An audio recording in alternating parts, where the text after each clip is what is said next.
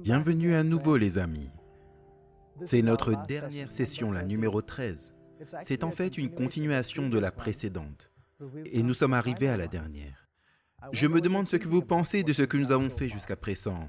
J'espère que vous continuerez à garder l'esprit clair et ouvert et à accepter toutes les informations qui seront vraiment crédibles. Nous allons donc continuer la section précédente, le sujet précédent. Et ce sujet est maintenant, si l'histoire de la résurrection est vraie, avons-nous des preuves disponibles pour peser et évaluer? Il y en a trois. Numéro 1, les séquelles, les après-coups. Numéro 2, les témoins oculaires. Et numéro 3, les confessions sur le lit de mort. Les séquelles ou après-coups. Deux types. Les changements dans les disciples et le fait de l'Église chrétienne. Les changements dans les disciples. Peut-être que la transformation des disciples de Jésus est la preuve la plus importante de toutes en faveur de la résurrection d'Istot. Et Anderson continue en parlant sur le même sujet. Une petite bande de lâches vaincus se recroquevillant dans une chambre haute un jour et quelques jours plus tard transformés en une compagnie qu'aucune persécution ne pouvait faire taire. Quelle est l'explication? Roscup dit, ils étaient prêts à faire face à des arrestations, des emprisonnements, des coups et des morts horribles. Et aucun d'entre eux ne s'est rétracté de sa croyance que Christ est ressuscité. Pensez à l'absurdité psychologique d'essayer d'attribuer ce changement dramatique à rien de plus convaincant qu'une misérable invention qu'ils essayaient d'imposer au monde. Cela n'aurait tout simplement pas de sens. Alors pourquoi cela n'aurait-il pas de sens? Réfléchissez. Si on nous disait de faire cela, est-ce que nous l'aurions fait? Est-ce que nous aurions dit aux gens que quelqu'un est ressuscité des morts? Alors que nous avons enterré notre ami il y a peu de temps dans le cimetière il y a 2 jours. Devrions-nous maintenant commencer à dire aux gens qu'en fait il n'est pas vraiment dans le tombeau, en fait il est vivant? Avez-vous déjà essayé de faire cela? Réfléchissez à quel point c'est énervant d'essayer de dire à quelqu'un d'autre que quelqu'un est ressuscité des morts. Non, ce n'est pas facile du tout de faire cela. Alors comment se fait-il que les disciples aient fait cela? Quelque chose s'est passé. C'est pourquoi ils sont passés d'avoir été si peureux juste un peu plus tôt à être si audacieux que rien ne pouvait les faire taire. Nous devons donner une explication qui a du sens. Et nous ne pouvons pas donner juste une explication ordinaire en disant qu'ils ont juste choisi de le faire. Non, personne ne choisit de faire cela. Personne ne choisit d'être persécuté. Le fait est qu'ils ont tous été persécutés pour avoir dit cela. Personne ne choisit d'être chassé d'ici et de là, juste pour une déclaration qu'ils ont faite. Vous et moi ne ferions pas cela. Voilà pourquoi il n'y a aucun sens de dire qu'ils ont juste bluffé sur toute la ligne. Qu'en est-il de la présence de l'Église chrétienne? Quand a-t-elle vraiment commencé? Voici comment ils ont choisi le numéro 12 des disciples. Parce que l'un d'entre eux les avait quittés, Judas avait quitté le groupe, et maintenant ils étaient 11. Ils voulaient en avoir 12. Donc ils allaient tirer au sort pour savoir qui ce serait. Mais ils devaient avoir des critères pour savoir qui ils mettront dans cette liste. Et voici ce qu'ils ont dit. C'est pourquoi, d'entre ces hommes qui nous ont accompagnés pendant tout le temps que le Seigneur Jésus allait et venait parmi nous, en commençant depuis le baptême de Jean jusqu'au jour où il a été enlevé d'avec nous, quelqu'un doit être ordonné pour être un témoin avec nous de sa résurrection. Voici le début de l'Église chrétienne. Le groupe qui a vraiment commencé cela, ce groupe devait être capable de faire quelque chose, être un témoin de la résurrection. Si vous voulez parler de Jésus et de sa gentillesse, eh bien, vous devez aller rejoindre l'autre groupe. Si vous voulez aller parler du fait qu'il a fait des miracles incroyables en aidant les pauvres, en calmant la tempête, alors rejoignez l'autre club. Si vous voulez parler des enseignements de Jésus, alors vous pouvez rejoindre l'autre club. Mais si vous voulez rejoindre ce club qui doit lancer l'Église chrétienne, alors il n'y a qu'un seul critère. Vous devez avoir été là depuis le début, pouvoir dire que je l'ai vu avant sa mort et que je l'ai vu après sa mort. Et donc je suis un témoin de sa résurrection. Le témoignage de la résurrection était le point de départ de l'Église chrétienne. Le christianisme se tient debout ou tombe avec la vérité de la résurrection. Une fois que vous l'avez réfuté, vous avez donc éliminé le christianisme. Maurice a dit, la résurrection donnait du sens à tout ce qu'il faisait. Josh McDowell a dit, l'institution de l'Église chrétienne est un phénomène historique expliqué seulement par la résurrection de Jésus. Pourquoi? Écoutez ceci. Jésus est mort en criminel, condamné, 1. Par la plus haute autorité religieuse, 2. Par la plus haute autorité civile à cette époque, Rome, et 3. Par la plus grande autorité morale décrite dans la Torah. La cause de l'origine et de l'essor du christianisme doit être capable de rendre compte et de surmonter ces trois faits. Seul un compte-rendu factuel de la résurrection peut éventuellement expliquer tous ces trois. Tellement qu'un juif interrogateur choisirait de le suivre en abandonnant toutes les traditions de sa vie, abandonnant leur loyauté envers le Sanhédrin, abandonnant leur loyauté envers la Torah et choisir de suivre cette personne. Et les quelques milliers de premiers disciples étaient tous juifs.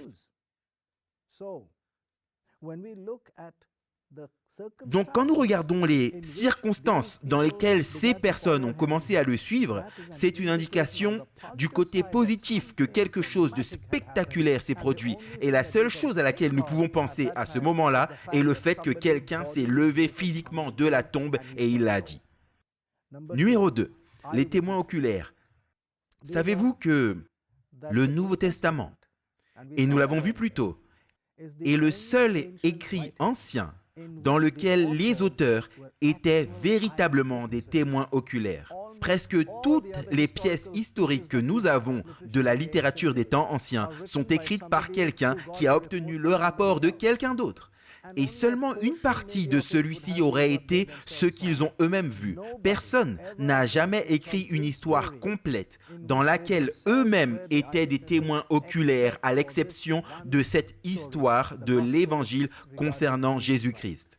C'est le seul écrit dans lequel ils sont témoins oculaires. Regardez les paroles. Ceux qui, dès le commencement, étaient des témoins oculaires, mais étaient des témoins oculaires de Sa Majesté. Celui qui a vu a témoigné.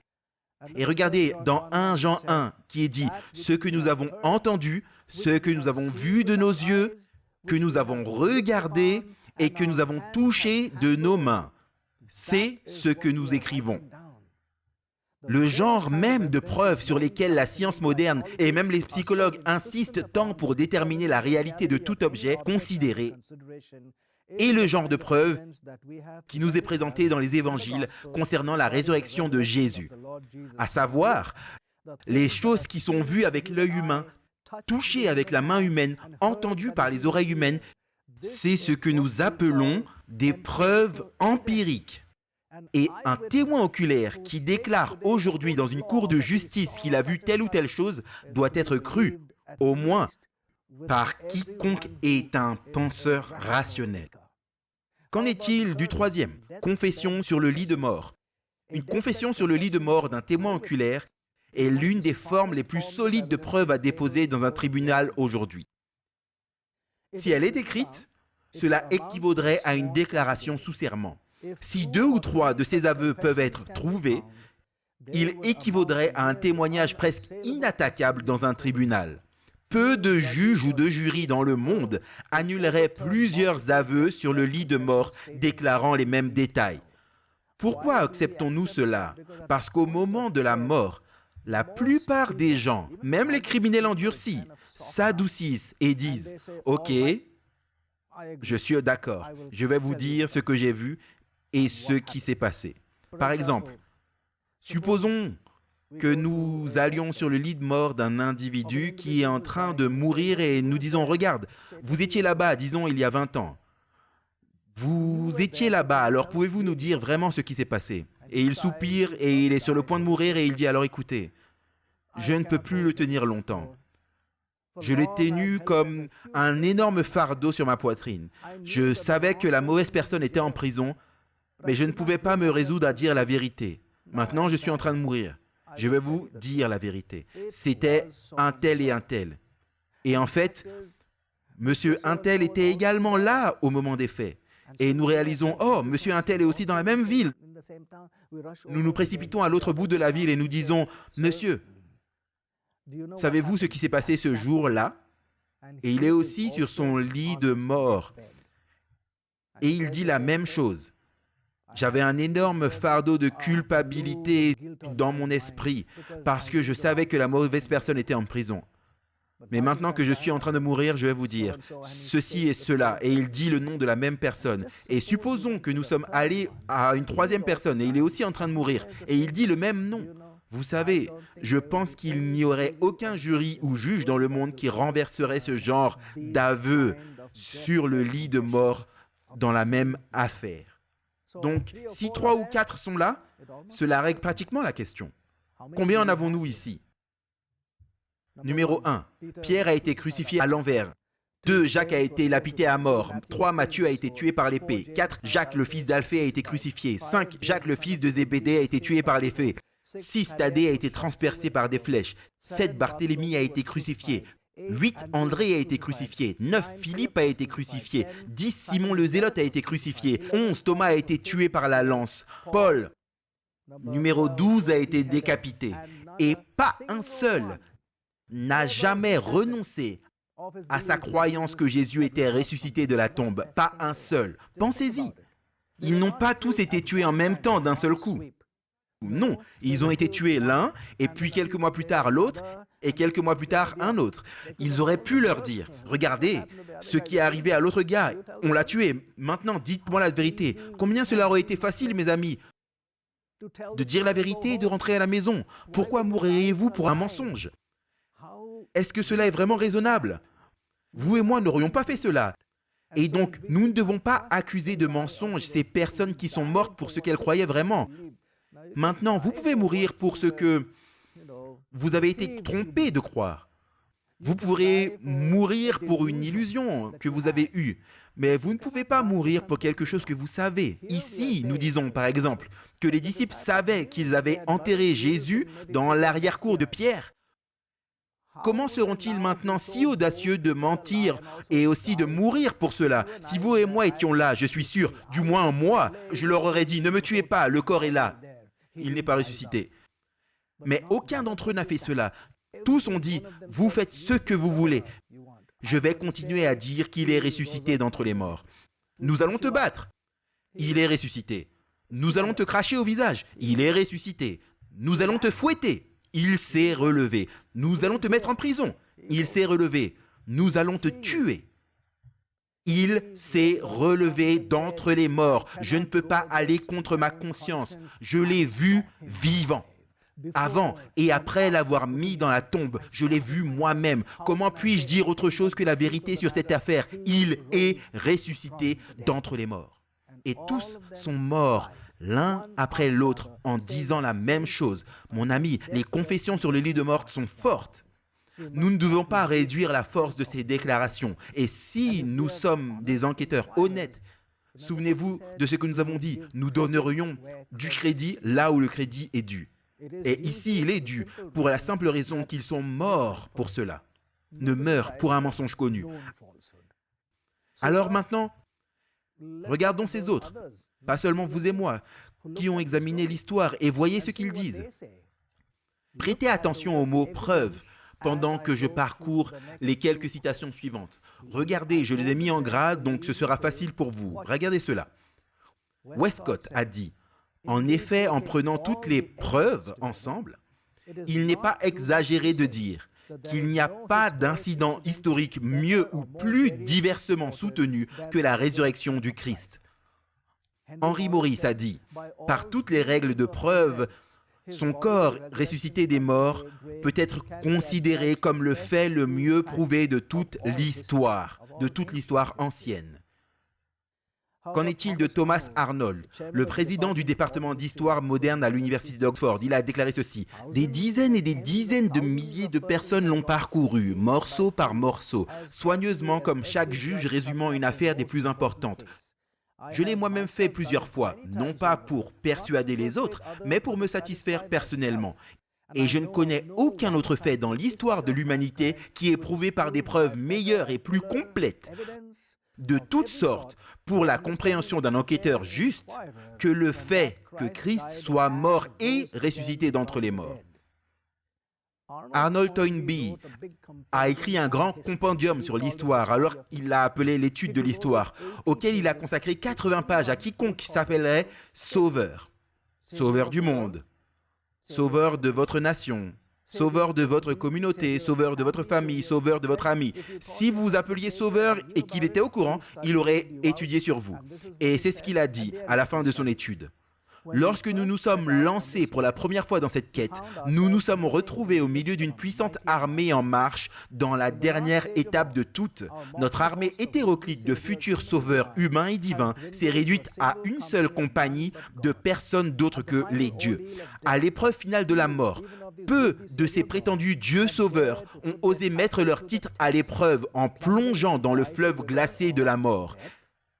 Et maintenant que nous nous levons et regardons avec nos yeux fixés sur le lointain rivage, une seule figure s'élève du flot de la mort et remplit aussitôt tout l'horizon. Il y a le Sauveur. Les ossements d'Abraham et Mahomet et Bouddha et Confucius et Lao Tzu et Zoroastre sont toujours là sur la terre. La tombe de Jésus est vide. C'est le fait concret, la preuve empirique que la vie a de l'espoir et du sens. L'amour est plus fort que la mort. La bonté et le pouvoir sont finalement des alliés et non des ennemis. La vie et non la mort gagnent à la fin. Dieu nous a touchés là où nous sommes et a vaincu notre dernier ennemi. Nous ne sommes pas des orphelins cosmiques. Qu'en est-il de ce Lord Caldoc d'Angleterre? Les affirmations de Jésus-Christ, à savoir sa résurrection, m'ont conduit aussi souvent que j'ai essayé d'examiner les preuves pour le croire comme un fait incontestable.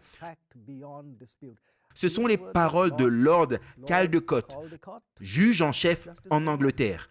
En voici un autre. Je sais assez bien ce que sont les preuves. Et je vous dis que des preuves telles que celles de la résurrection n'ont jamais été brisées. Les paroles de Lord Lyndhurst, 3 fois haut chancelier d'Angleterre. Ce ne sont pas des gens qui se sont simplement posé des questions et ont juste gobé ce que l'histoire aurait pu être. Ce sont des gens qui sont entrés dans les détails de l'histoire.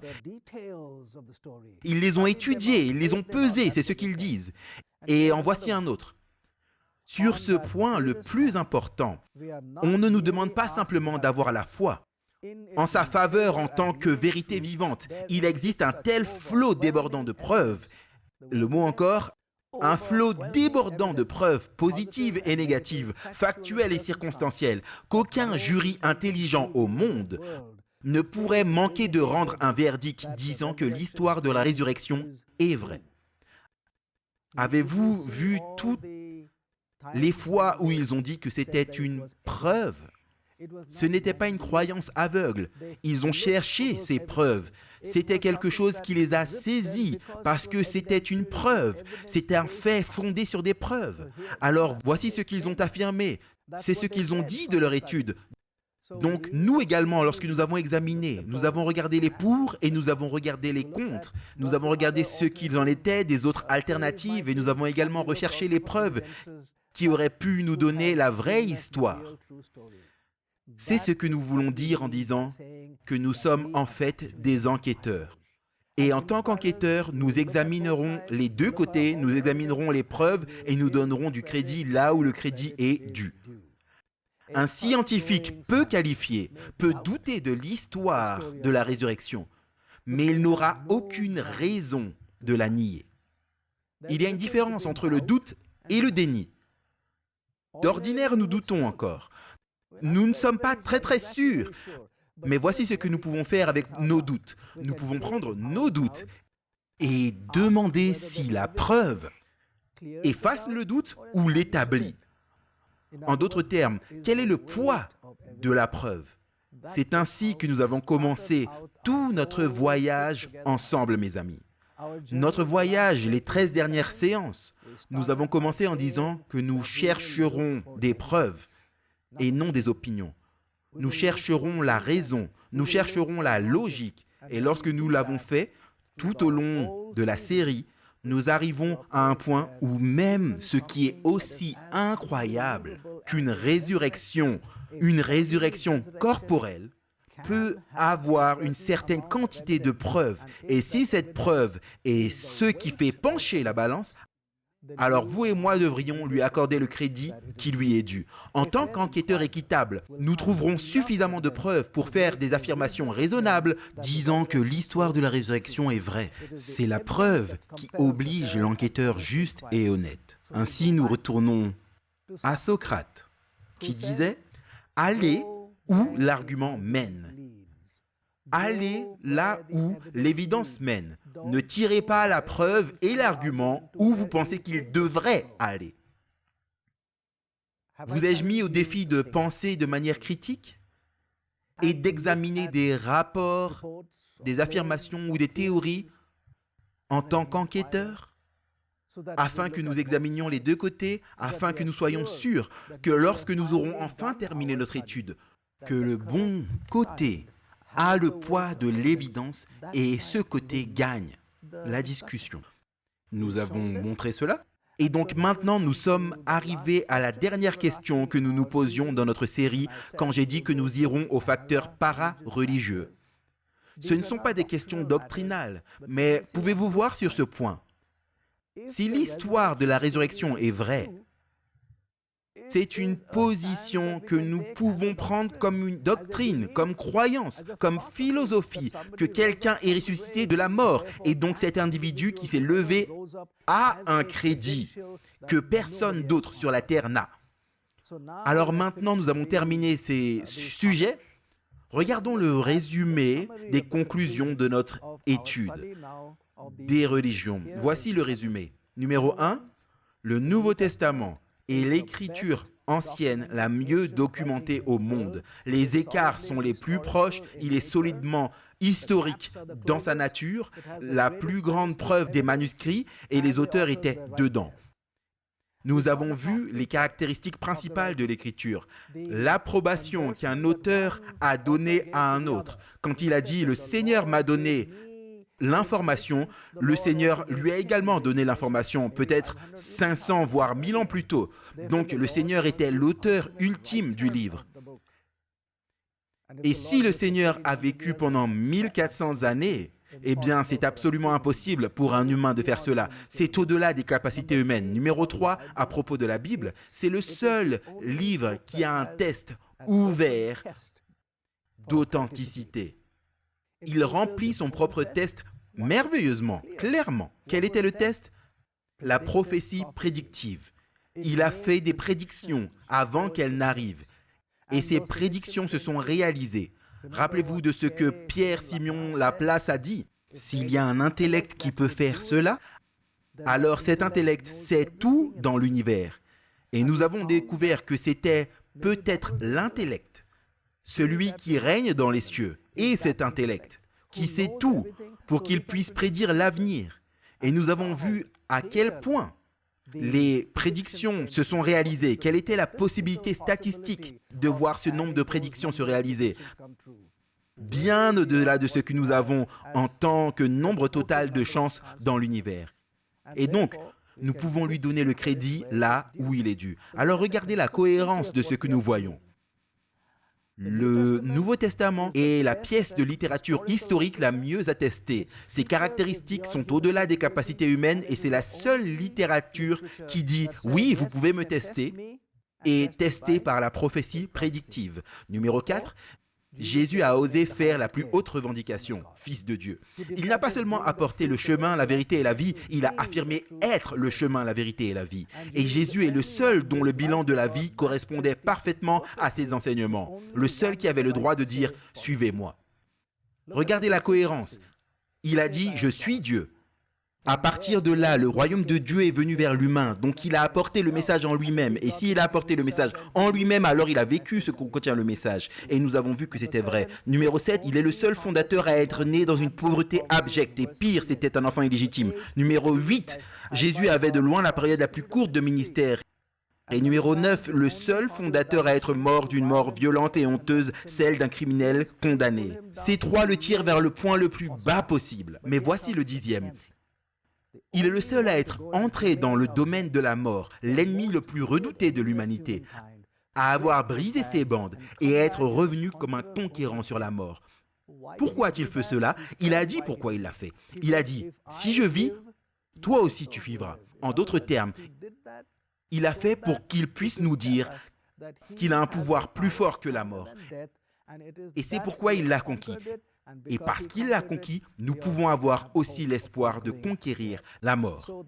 Donc, la conclusion finale de ce que nous avons fait pendant tout ce temps, nous constatons que Jésus et la Bible sont incomparables dans leurs revendications. En d'autres termes, si vous comparez les revendications de Jésus et de la Bible avec les revendications de tout autre fondateur et de leurs écrits, et nous trouverons qu'ils sont simplement sans égal. Numéro 2, ils ont la plus haute crédibilité par rapport à toute autre revendication sur la face de cette terre. Et donc, ils fournissent à l'humanité. Rappelez-vous ce que nous cherchions? Cette bille rouge. Quelle est la signification de la bille rouge? C'était le seul chemin. Nous sommes arrivés à la fin, mes amis. Réfléchissez à ce que nous avons fait et que Dieu vous amène au point où vous pouvez voir et avoir votre vie digne d'être vécue. Alors je vous dis pour le moment, adieu. Si vous avez apprécié cette présentation avec Dr. Subodh Pandit et vous souhaitez regarder plus de cette série unique de 13 parties gratuitement en ligne, visitez le site web godfactorfiction.com. C'est godfactorfiction.com. Si vous souhaitez commander cette série fascinante sur DVD, elle est maintenant disponible chez White Horse Media. Pour commander de l'intérieur des États-Unis, appelez 1-800-782-4253. Dr. Subodh a écrit 2 livres révélateurs intitulés « Venez et cherchez avec moi, Dieu existe-t-il vraiment ?» et « Venez chercher avec moi le poids de l'évidence » qui explore davantage les sujets de l'évolution du théisme, de l'athéisme et de la religion. Pour commander ces livres aux États-Unis, appelez 1-800-782-4253. That's 1-800-782-4253. Si vous habitez en dehors des États-Unis, vous pouvez également les commander facilement sur Amazon.com.